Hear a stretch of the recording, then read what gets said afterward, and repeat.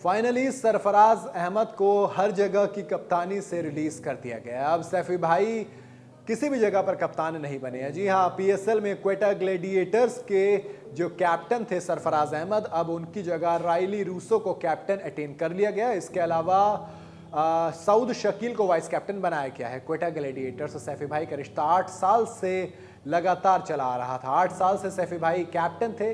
सैफी भाई मतलब प्यार से बोलते हैं सरफराज अहमद को।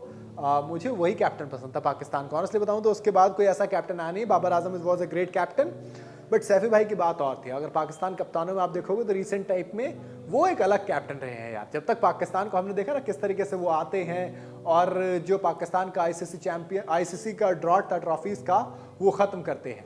सरफराज की बात करूं तो यार, जब पीएसएल का ड्राफ्ट साइन हो रहा था, ड्राफ्ट मतलब बन रहा था 9th सीजन का, तब सरफराज उनके कैप्टन थे ऑफिशियली।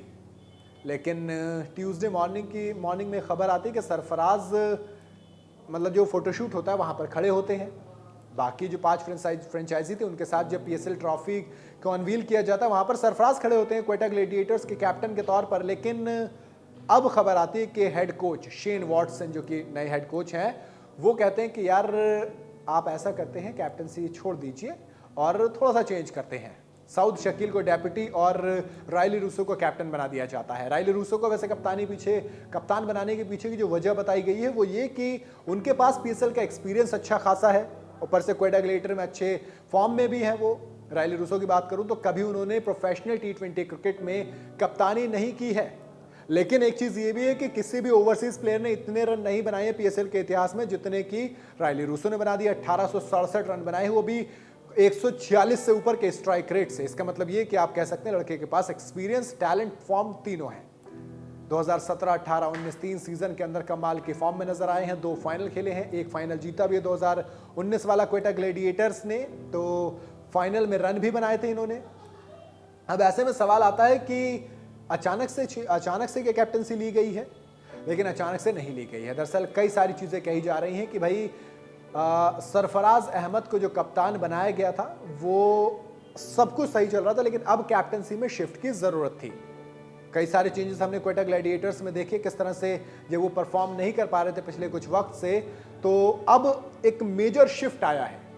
शेन वॉटसन कप्तान के तौर पर आए हैं, मोइन खान है वहां पर, शॉन टेट आ गए हैं फास्ट बॉलिंग कोच के लिए।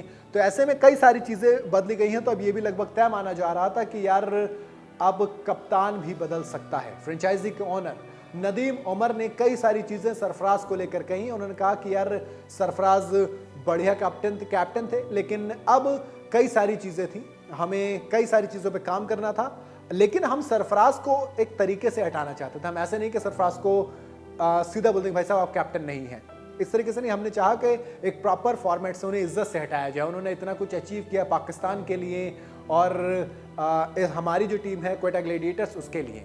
तो सरफराज को पिछले कुछ ईयर से लेकिन फॉर्म साथ नहीं दे रही थी। हालांकि क्वेटा ग्लैडिएटर्स की बात करूं तो पिछले 4 साल से वो बॉटम ऑफ द टेबल पे रहे हैं।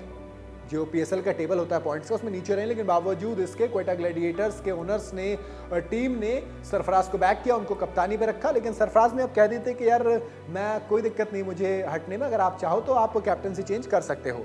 बाकी उन्होंने कहा कि फिर हम शेन वॉटसन से बात करेंगे, और शेन वॉटसन ने कहा कि चलिए सरफराज 36 साल के हो गए हैं तो अब उनको थोड़ा सा शिफ्ट करते हैं।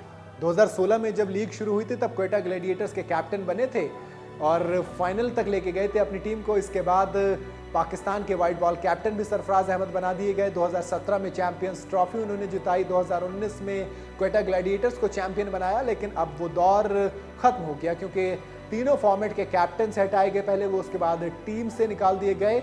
हालांकि टीम में कमबैक कर लिया, लेकिन अब क्वेटा ग्लैडिएटर्स जो कि या तो बॉटम या सेकंड बॉटम पे रहने वाली टीम थी, अब उसने बहुत सारे चेंजेस किए, जिसके अंदर सरफराज अहमद को भी कैप्टनसी से हटाकर नए कैप्टन बना दिए गए। रायली रूसो और साउथ शकील को नया वाइस कैप्टन बनाया गया। आपको क्या लगता है कि सैफी भाई की जगह रायली रूसो का कैप्टनसी में आना क्वेटा ग्लैडिएटर्स के लिए चीजें बदल पाएगा? मुझे कमेंट में जरूर बताइएगा। वीडियो अगर आपको पसंद आई हो तो इसे लाइक और शेयर जरूर करें। जो आता है तो चैनल को सब्सक्राइब करते हुए जाएं।